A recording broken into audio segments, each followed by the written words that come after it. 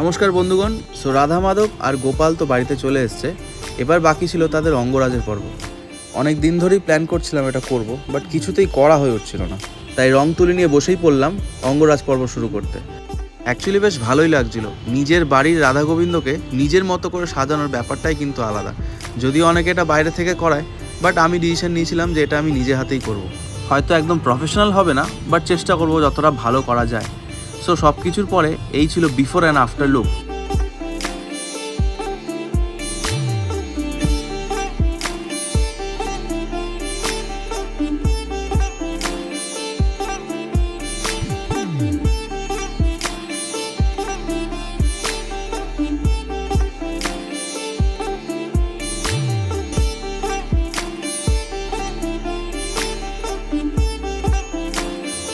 তো কেমন লাগছে সেটা কিন্তু জানাতে একদম ভুলো না।